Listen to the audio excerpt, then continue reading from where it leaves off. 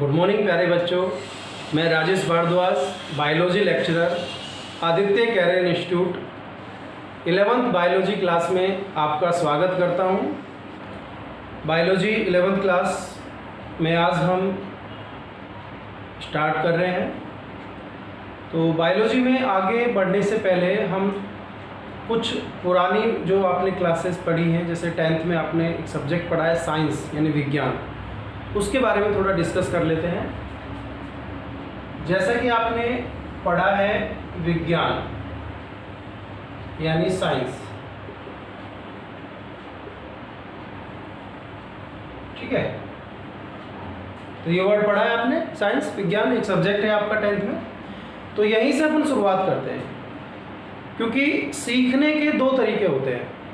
सीखने के दो तरीके होते हैं, आज आपको बताए जा रहे हैं। यानी सीखने के नियम, कुछ भी चीज़ सीखने के दो नियम या दो तरीके होते हैं। पहला तरीका होता है कि सरल से जटिल की ओर,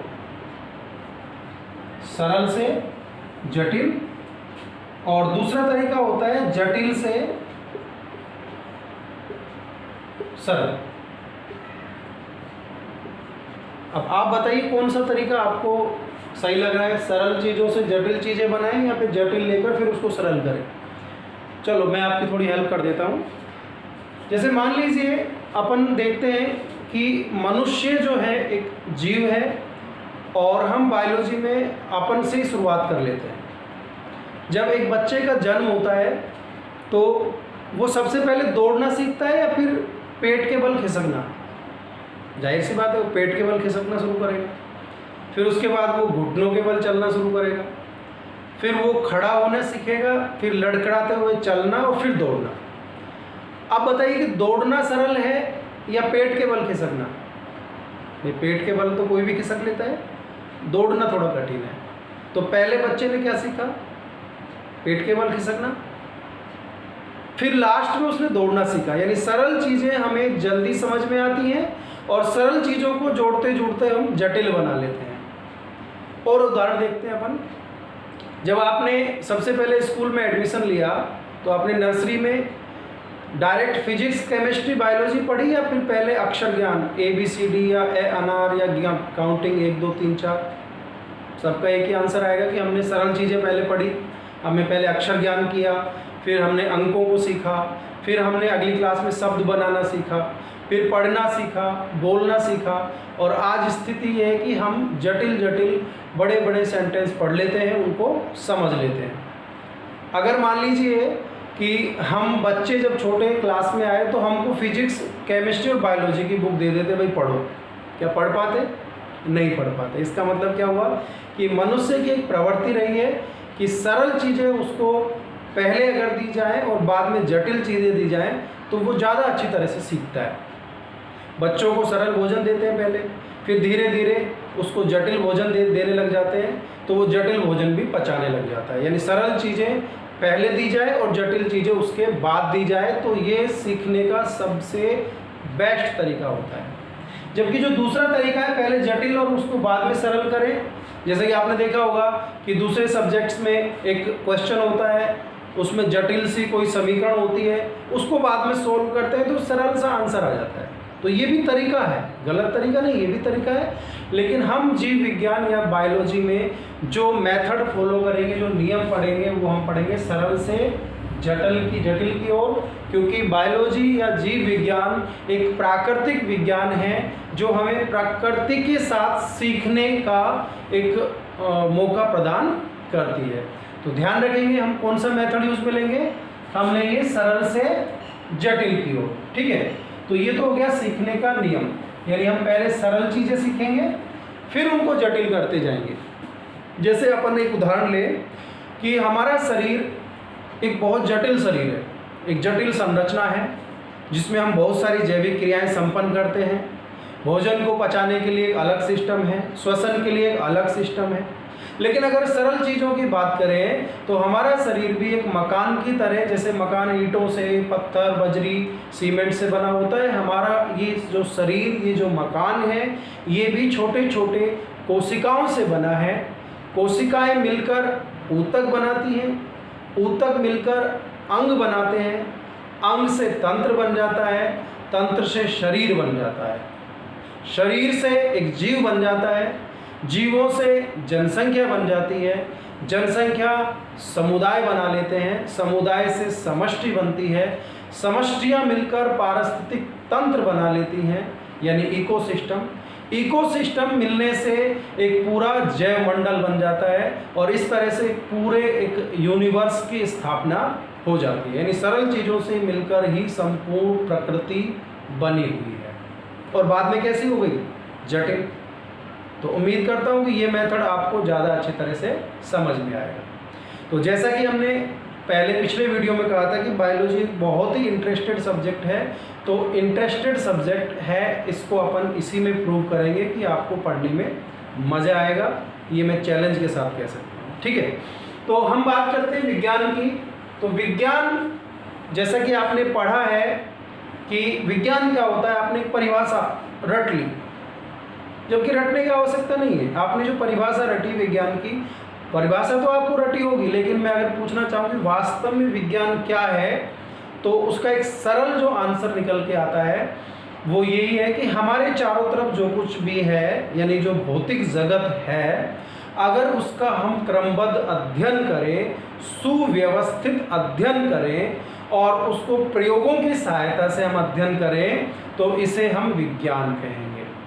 सबसे सरल। देखो, सरल चीज़ें बनकर फिर जटिल बनाएंगे अपन। जैसे आपसे पूछे पदार्थ किसे कहते हैं, तो पदार्थ क्या है भाई? तो क्वेश्चन दे दिया, अब आप परिभाषा रटोगे कि जो स्थान घेरता है, जिसमें वजन होता है। मत उलझो परिभाषाओं में। सबसे सरल, हमारे चारों तरफ जो कुछ भी है, वो बाद में आएगी कि वो स्थान घेरता है, उसका आयतन होता है। हमारे चारों तरफ जो कुछ भी है वो पदार्थ है।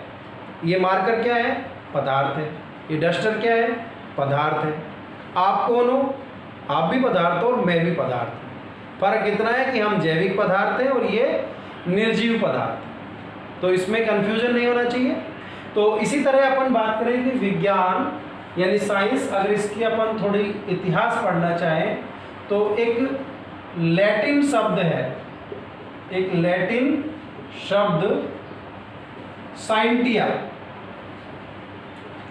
लैटिन शब्द साइंटिया या सिंटिया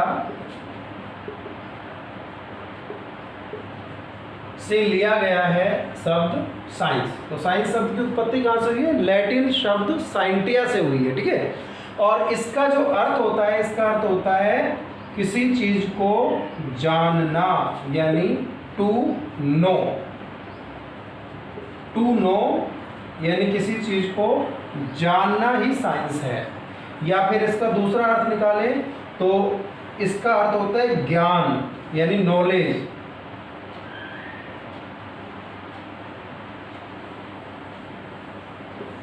नॉलेज तो किसी चीज का ज्ञान प्राप्त करना या किसी चीज को जानना। और सरल कर देते हैं, किसी चीज को सीखना, किसी चीज को सीख लेना या जान लेना भी विज्ञान है। जैसे अपन बात करें, अगर आपने मान लीजिए साइकिल चलाना सीख लिया तो वो भी विज्ञान है।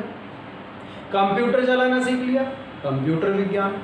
ठीक है, आपने बायोलॉजी सीख ली, जीव विज्ञान। आपने राजनीति सीख ली, राजनीति विज्ञान। रसायनों के बारे में जान लिया, रसायन विज्ञान। तो इस तरह से हम देख रहे हैं कि किसी भी चीज़ को जान लेना, सीख लेना विज्ञान है। उसका ज्ञान प्राप्त कर लेना, ये क्या है? विज्ञान है। लेकिन विज्ञान की जो क्रियाविधि होती है, यानी अगर विज्ञान की क्रियाविधि अपन बात करें तो विज्ञान की क्रियाविधि कुछ पॉइंट्स में या कुछ स्टेप्स में काम करती है। यानी विज्ञान की यहाँ पर सामने जो परिभाषा निकल कर आई वो ये निकल कर आई कि जो हमारे चारों तरफ भौतिकीय जगत है, भौतिकीय जगत, उस भौतिकीय जगत के सुव्यवस्थित यानी सिस्टम से, जल्दबाजी से, अस्त व्यस्त रूप से नहीं, सुव्यवस्थित यानी कि तरीके से सुव्यवस्थित व क्रमबद्ध अध्ययन को, क्रमबद्ध अध्ययन को हम क्या कह रहे हैं? विज्ञान कह रहे हैं। तो विज्ञान क्या हो गया?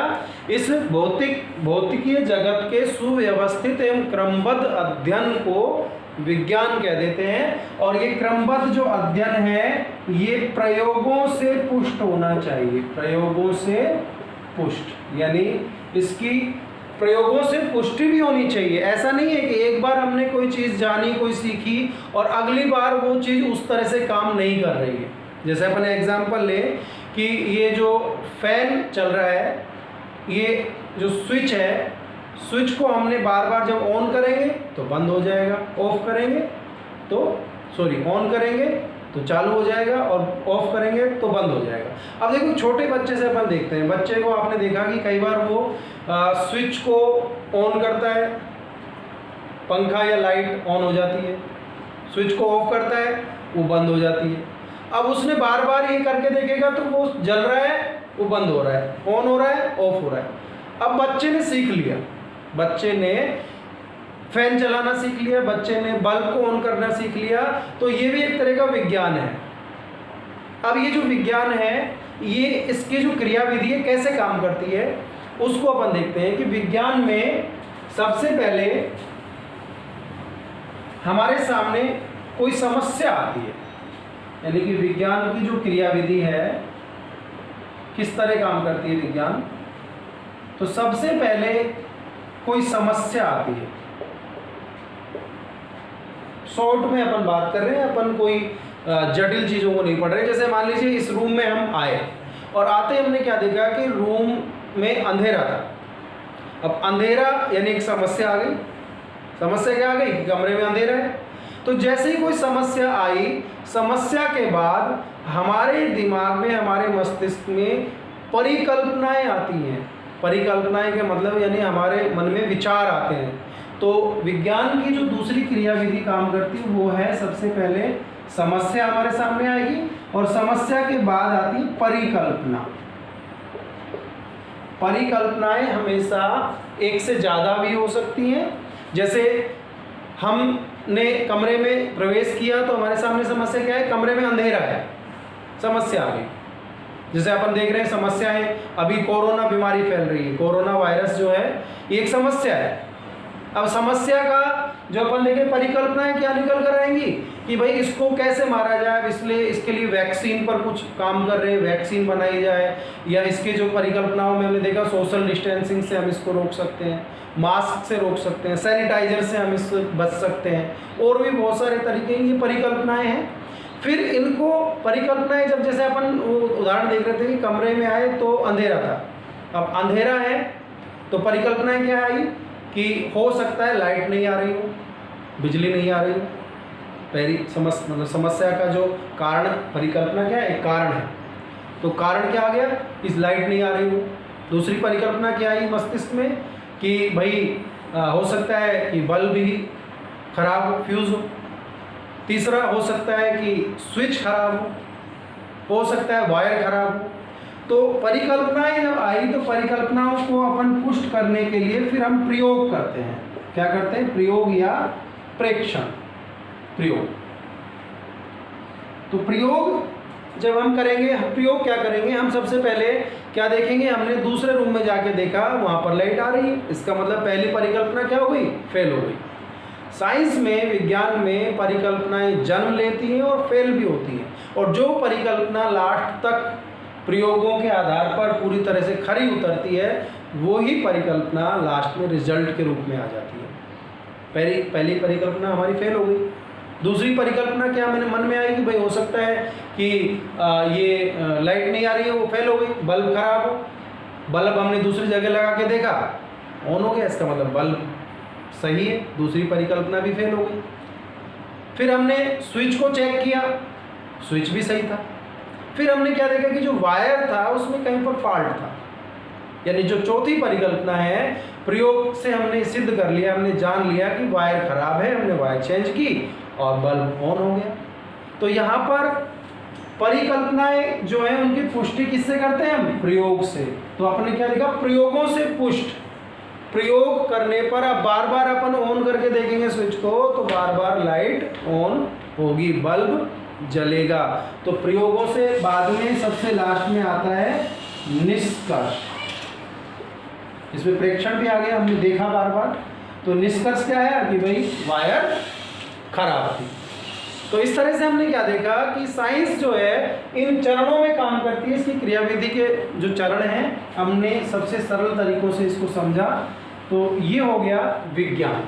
तो विज्ञान क्या है, हमने देखा कि विज्ञान एक लैटिन शब्द है, साइंटिया से लिया गया है। इसका अर्थ होता है जानना या ज्ञान प्राप्त करना।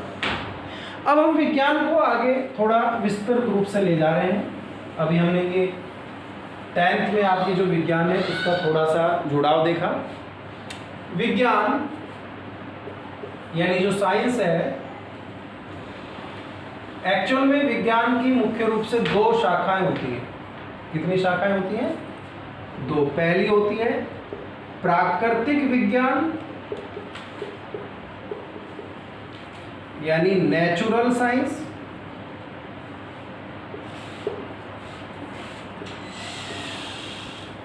और दूसरी शाखा होती है भौतिक विज्ञान यानी फिजिकल साइंस।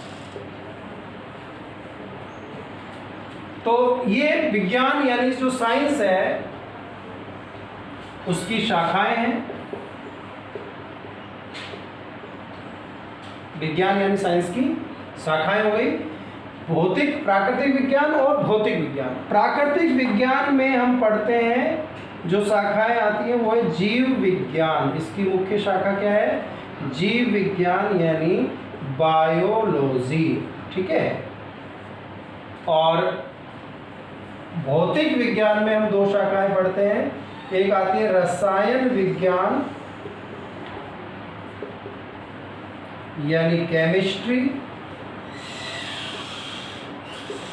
और दूसरी आती है भौतिकी यानी फिजिक्स। रसायन विज्ञान और भौतिकी। वैसे जीव विज्ञान को हम आगे फिर जंतु विज्ञान यानी जूलॉजी और वनस्पति विज्ञान यानी बॉटनी 2 शाखाओं में बांटते हैं। इनको हम विस्तृत रूप से आगे पढ़ेंगे, जूलॉजी और बॉटनी। हमारा जो मेन सब्जेक्ट है वो यही है, हम केवल यही पार्ट पढ़ने वाले हैं, ठीक है। लेकिन हम शुरुआत में जैसा कि विज्ञान पढ़ रहे हैं तो इसके बारे में थोड़ा बहुत अपन जान रहे हैं। रसायनों के बारे में जब हम अध्ययन करते हैं तो रसायन विज्ञान, और जब भौतिक चीज़ों के बारे में जैसे ताप, दाब, इन चीज़ों के बारे में हम पढ़ते हैं तो वो हो जाती है भौतिकी यानी फिजिक्स। तो हमने यहाँ देखा कि विज्ञान के अंदर जो शाखाएं निकल कर आई हमारे अंदर, हमने जो इसमें 3 शाखाएं मुख्य रूप से पढ़ी हैं। पहली जीव विज्ञान, दूसरी रसायन विज्ञान और तीसरी भौतिक विज्ञान या भौतिकी।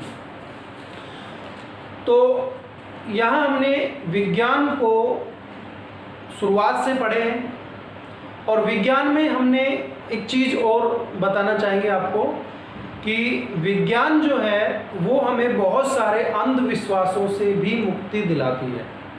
विज्ञान ने ही अंधविश्वासों को तोड़ा है। जैसा कि इससे पहले वाले वीडियो में हमने बताया था आपको, जैसे एक अंधविश्वास होता है कि भाई सांप दूध पीता है, जबकि वास्तविकता ये है कि दूध में जो प्रोटीन होता है उस प्रोटीन को पचाने वाले एंजाइम जो है वो सांप के अंदर होते ही नहीं है। तो जब एंजाइम ही नहीं है तो आप मानिए कि दूध को कैसे पचाया जाएगा भाई। अब आपके सामने सवाल है भाई फिर भी सांप दूध पीता है। अगर आपको कोई लंबे समय तक भूखा प्यासा रखे तो क्या आपको जो पिलाया जाएगा वो आप नहीं पियोगे? डेफिनेट पियोगे। तो एक जो अंधविश्वास है कि सांप दूध पीता है वो पूरी तरह से गलत साबित किया किसने? साइंस ने। और साइंस में भी बायोलॉजी ने, क्योंकि उसके सांप के अंदर दूध को पचाने वाले एंजाइम नहीं होते हैं।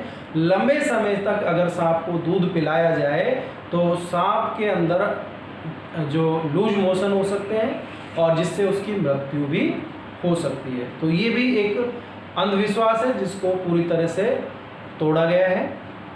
दूसरा अपन ने देखा कि सांप है बीन के आगे नाचता है, जबकि गलत है। सांप के कान नहीं होते हैं, वो सुन नहीं पाता है, वो केवल कंपन महसूस कर पाता है। तो बीन के आगे उसका जो नाचने का जो एक अंधविश्वास दिखाया गया है, एक्चुअल में सांप एक डरपोक किस्म का प्राणी है और जो बीन होती है वो जब सांप के सामने लाई जाती है तो उसको लगता है कि ये कोई मुझे नुकसान पहुंचाने वाली चीज़ है।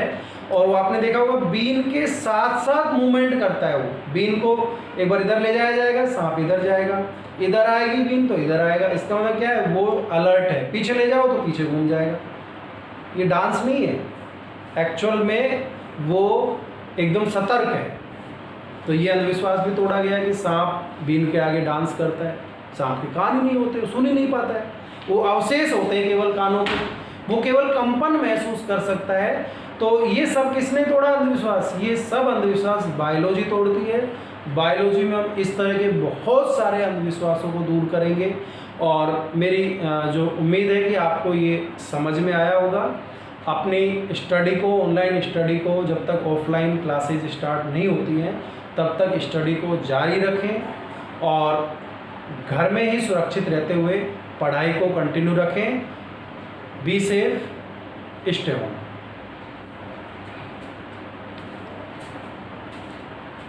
गुड मॉर्निंग प्यारे बच्चों, Aditya career institute 11th class biology में आपका स्वागत है।